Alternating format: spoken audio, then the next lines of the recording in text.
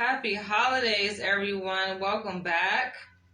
So, I don't know how to feel right now because I just got some not so pleasant news this morning regarding a family member. And it seems like this is a pattern where, like, either on my birthday or on a special day, holiday, I get bad news from family. Like, what is this? But anyway, I'm going to try to keep my spirits lifted high today. And I came up with this topic idea actually yesterday from a conversation that I actually overheard from a colleague at work where she was on the phone and she was on the phone with her husband.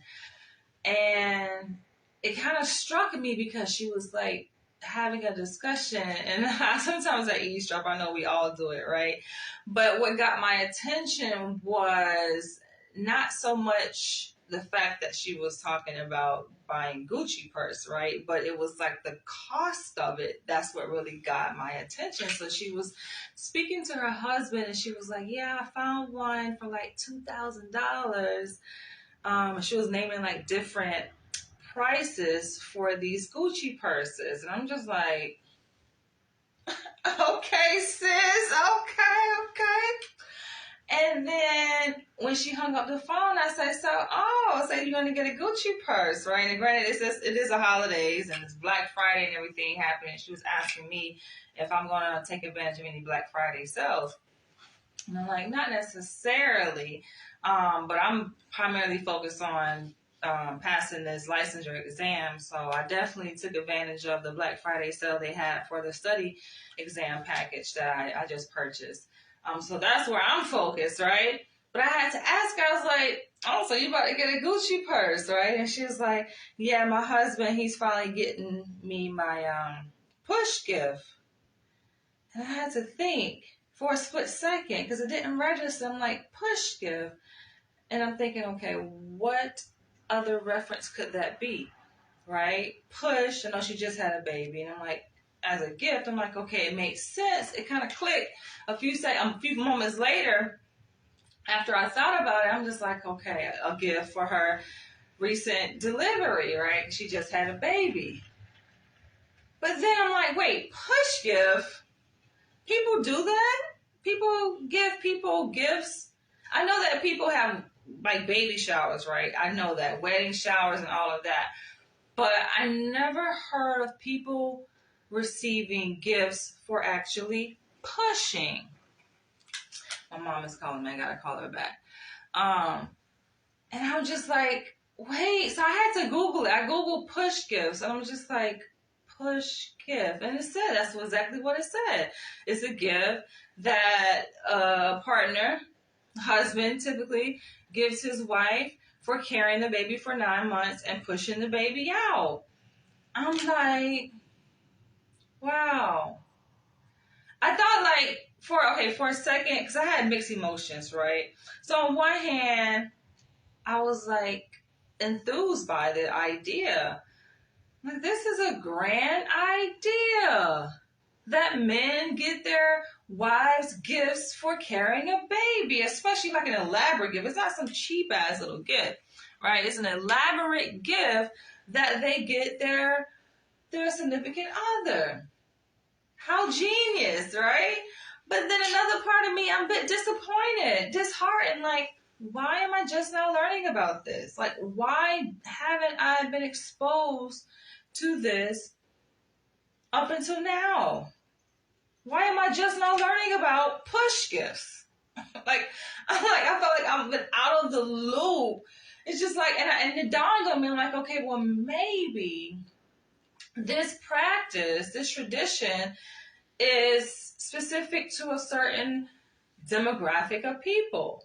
I'm like, it made me wonder, like, do black men do this? Because I'm around black people, right? I've been around people who have been married, who have carried children in the context of a marriage and outside the context of a marriage, right? And I never heard of push gift. Like, I'm a bit upset.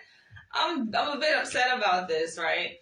So I wanted to share this with you guys to see, is this a thing? Is this something that you've heard of before? Like, I'm thinking, okay, well, maybe it's just something not specific to this racial demographic, but like social status, right? Maybe certain people, let's say middle, upper class people do. Not something that people with low income, right? I'm thinking, does it have a correlation when it comes to race? Or is it more specific to social status? You guys feel free to drop your comments below. I just want to know, is this a thing? 'Cause I have never heard of it, but I'm like, this is genius and I'm loving the idea. And I had to let her know, yo, kudos to you. So it just goes to show how, like, yes, we all can live in the exact same society. We can live in the same country. We can live in the same city, right? Even work at the same job, but still have completely diametrically opposed experiences. And this is not obviously anything new because I currently live in Upper East Side Manhattan, which is considered to be like a posh neighborhood, upper class people. The median salary income here is over 6 figures, right? And then I go down the street, which I often love to do. I walk maybe 2 miles north to Harlem, walking down 125th Street, and it's a completely different vibe. Like the energy is different. Like it's wholesome in the sense that yes, like I feel like people are vibrating at a certain frequency much different than where I am because it's just much different when you're around your own people, right? It feels different. But on the same token, you look at like the behavioral mannerisms of the people, it's much different. Like people physically appear to be much happier where I live, and then there's like people kind of on edge, more guarded, more defensive, right? And obviously this is in a context, right? It stems from just their present reality, their income level, right? Their quality of life, their satisfaction when it comes to their quality of life, right? Now, Black people, we have gotten very accustomed to being able to just live on very little. And we find happiness just in the little things in life, right? Not in the materialism of life, but just being amongst each other, for example, around the holidays. So I think our source of happiness obviously stems from something much different, and our motivation stems from something definitely different than what's motivating people of higher tax brackets. But yeah, it's just worth noting just how people, like our experiences are just so much different, and I think people who have higher incomes, and they have this privilege, they aren't really aware of it. Like they don't see how privileged you are until you go around people who don't have that, for them, that's not their experience. Like she's on the phone, almost kind of demanding, like this is just expected of her husband to give her this $2,000 gift for pushing out a baby. And I can't help but think about the Black mothers that I've been exposed to up until this point. And I'm 39 years old, and I'm just like, I haven't heard not one Black mother talk about getting a gift for pushing out her child. And then I can go on and on for days, but I have to definitely wrap this video up. But it's just like, it's unfortunate. You say they tell me white men treat Black women better and buy better gifts. What TikTok says anyway. Is that what the trend is now on TikTok? That white men are treating... I mean, honestly, all of these, there's an intersection with race and class, right? And I think that it's hard to tease apart the two. So, yes, one can look at the qualitative treatment of certain racial groups of people and say, oh, well, they're treated better because of their race. But it's hard to dissect the two. It's hard to extrapolate race from class because they're so interwoven. So is it race that is the contributing factor, or the what you attribute the better quality of treatment too? Is it race or is it social status? Is it having access to resources, right? Is it their privilege? Is more so their privilege because of their race? You see how that goes? So they have these resources, they have these privileges because just simply of the color of their skin. And accompanied with that is, all of these luxuries that they have, right? And the women who are espoused to these men of privilege obviously get to share in that. So yes, there is a trend, I think, where a lot of Black women kind of sliding over, crossing over the fence and getting a bit of that privilege because they feel that's what they deserve. I mean, think about it, like irrespective of race, women, we deserve to be treated kindly, respectfully, like we deserve the best in life, right? And unfortunately, a lot of Black women, that has not been our reality when it comes to our treatment from our Black male counterparts. We aren't, showered. Of course, I know there are some people going to see this like, oh, that's not all Black people, right? Of course, that goes without saying, but we're talking about a clear pattern here, a clear trend. So my thing is, you would treat anything better that you consider exotic. Is it that it's exotic? I don't know. I wouldn't say that it's exotic. I think that when you have more, you have the luxury, the ability to be able to buy better things, right? And your experience in terms of dating and being in a partnership with a person is going to be different from a person who has less. So they can do that. Like, yo, I wish I could have recorded the conversation. But I'm just like, oh my gosh, how privileged is she? And this is a social worker, right? But just to see, like, her quality of life is very ideal. Now, she has 2 children, 2 young children.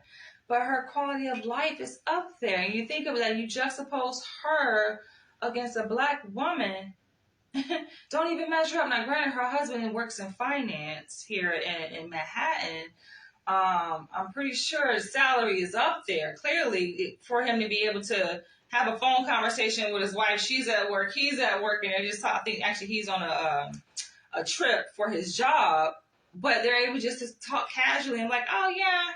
Like not even, it wasn't even a big thing. It was just like casual conversation. Like, yeah, she's online, scrolling through the different purses on Gucci. She's like, yeah, they have a purse. And she's telling like what the style, I guess, of the purse is, which purse exactly it is, right? Gucci purse. And he's like, yes, $2,000, $2,500, $2,200. Like she's ranting off different prices based on the different types of purses that she's trying to choose from for her push gift. I think her baby now is maybe like, I don't know, 4 or 5 months old, right? But I'm just like, oh my gosh, how privileged is she to be able to have that? And then Black women can barely get $20 out of their baby daddy. And yeah, it comes down to, okay, Black women kind of engendering this bitterness and anger and resentment towards Black men. And I think it's always important to keep things in context, to consider, okay, what is the context of this, right? And systemically how things are, not to use that as a crutch, right? But it's always important to look at the context for which Black men and Black women exist in. And yes, we are denied access to many resources compared to, because you look at like, how did they get this? Like, how did he, of course it can be attributed to hard work, right? Or smartness, him being educated, whatever it took for her husband to get in that position where he's able to, they own a home. This couple lives in a home, okay? And they're young. I think I'm older. I'm pretty sure I'm older than her, right? They're young. They're like probably in their early 30s. So when we talk about race, yes, race is color, but yes, race is a metaphor for this race that we are in. against other people. And obviously black people are at the back of the freaking line in the race, at the bottom, and it's strategically designed to be that way. Or we don't have to go down the historical lane and looking at the different laws that have been passed to keep black people oppressed, right? We're talking about Jim Crow, going back to slavery, and one may say, okay, well, that's just history. That was back then. Black men have no excuse. I think it's both, honestly. I think, yes, one should consider the historical and the socio-political context in which black people live within and trying to navigate and operate within. At the same time, we also have to take responsibility and cannot use that as a crutch and excuses for why we don't have, why we can't be great, right? Why we can't have an improved quality of life. So it's both, right? It's to say that, yes, we're acknowledging these systemic systems that have been strategically designed and are still being implemented, still being enforced to further oppress us. But at the same time, it's up to us to take responsibility, right? And it manifests itself like this racial oppression, right? This discrimination, these setbacks that we have succumbed to, we're affected on so many different levels, right? We're talking about health-wise, financial, relationship, just on an interpersonal level, how we relate to each other. It's like so much intergenerational trauma. There's so many different intricacies in how we have been, unfortunately, negatively impacted by these systems of racial oppression that we live within, right? We can't use it as an excuse, because if we use it as a crutch and as an excuse, we will never progress. We will be stuck. We will be stagnant. And I think that's a portion of the reason why we black people are in the condition that we're in, right?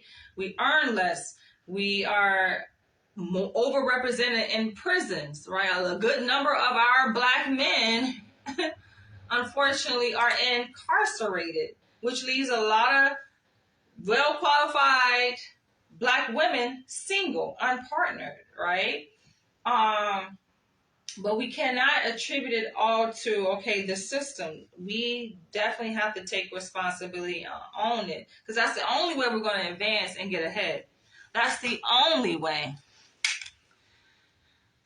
But that's not always the case. Black women are good at building someone up. Yes, so a lot of times black women find the white male in a low place and operate in her natural gift of building. Black men do need to step up. I think our time to step up was the pandemic.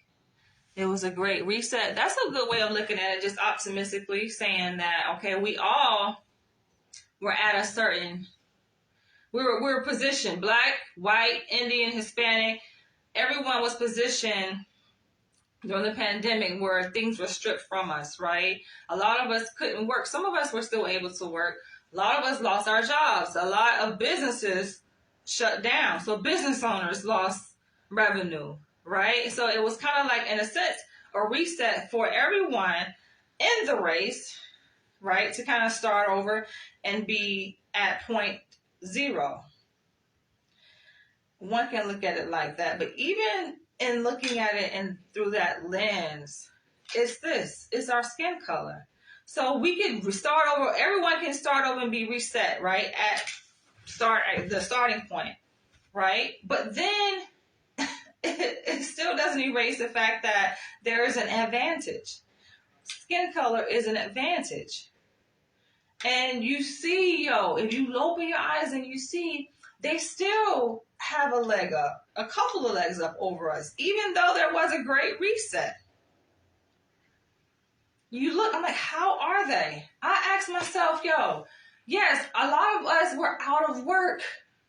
Some of us were still working, right? But a lot of us, we lost so much through this pandemic. And I look around, and granted, I live in a upscale neighborhood, right? Like I say, the median income is 6 figures, no less, where I live.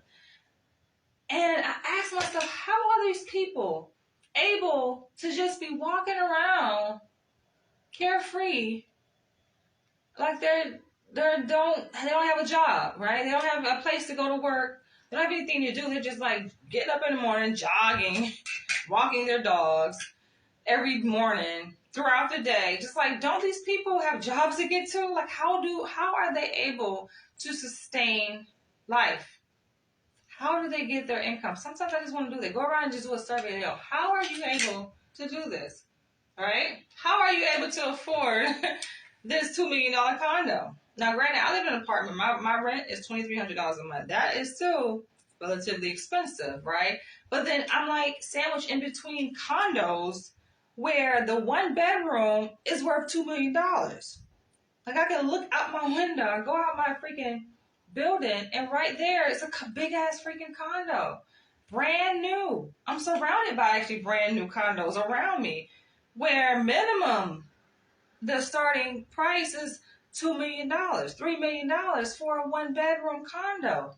And the people coming out of these condos who have these doormans are young people, probably younger than me. And I'm wondering, like, how are they able to do this?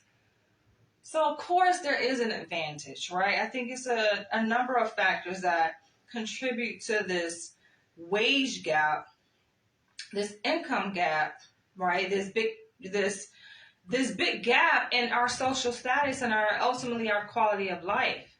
You know, I think, yes, part of it is that we have become, we have leaned on this system and attributed all of our shortcomings to the system so much that it's become a crutch, right? And we have developed a degree of learned helplessness. And so we're just like, why bother? When it comes to Black people uniting and coming into our think tanks and exploring ways how we can advance upon ourselves and build our own organizations, build our own supermarkets, our own schools.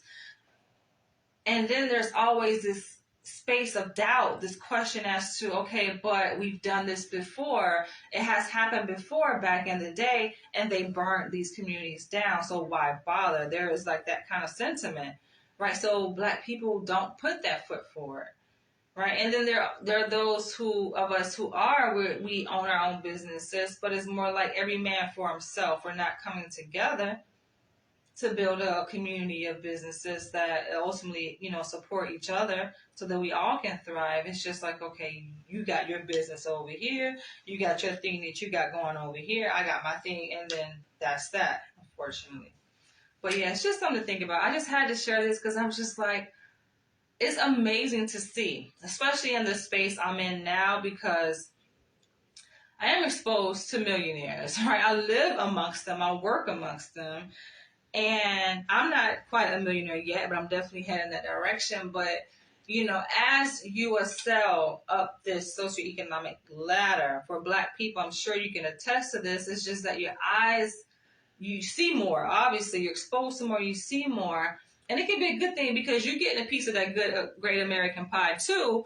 But at the same time, it's like disheartening because you're just like, you're still Black, right? You still represent a group of people who are oppressed, and like, okay, they don't have it this good, right? But you do. You're a part of that, getting a part of that pie, and then you're amongst people who have it even much more better than you, and they're probably younger than you, and just like kind of puts things into perspective, and it just makes you feel a kind of way. I know I do. So we can continue this conversation in the comments below, but let me know what you guys think. This push gift. I'm like, meanwhile, Black women can't even get $20. Black men complain about paying $100 a week child support, and you got white men giving their women $2,000 push gifts for carrying a baby. Have it made. I'm sure she don't have to use her income to pay any bills. I'm sure. She's working because that's what she likes to do. She wants to be a social worker and to give back. But she doesn't have to do that job. Like, he's able to pay everything with the amount of income that he makes with his job alone, right? And I think that's just a template. That's an ideal for how things could be. And I've come across black men, of course, because I'm seeing I'm on a dating app, and you have black men that say, "Oh, well, that's not realistic." That's what they said. That's not, because they've gotten stuck in this mentality and this learned helplessness state of mind that they cannot have more, they cannot achieve more, right? They are boxed in. And I don't agree with that, because there are black men who are doing it. There are black women who are doing the damn thing. We're talking about multimillionaires. So it can be done. It's just a matter of fighting through those challenges, through those obstacles, right? Through that glass ceiling.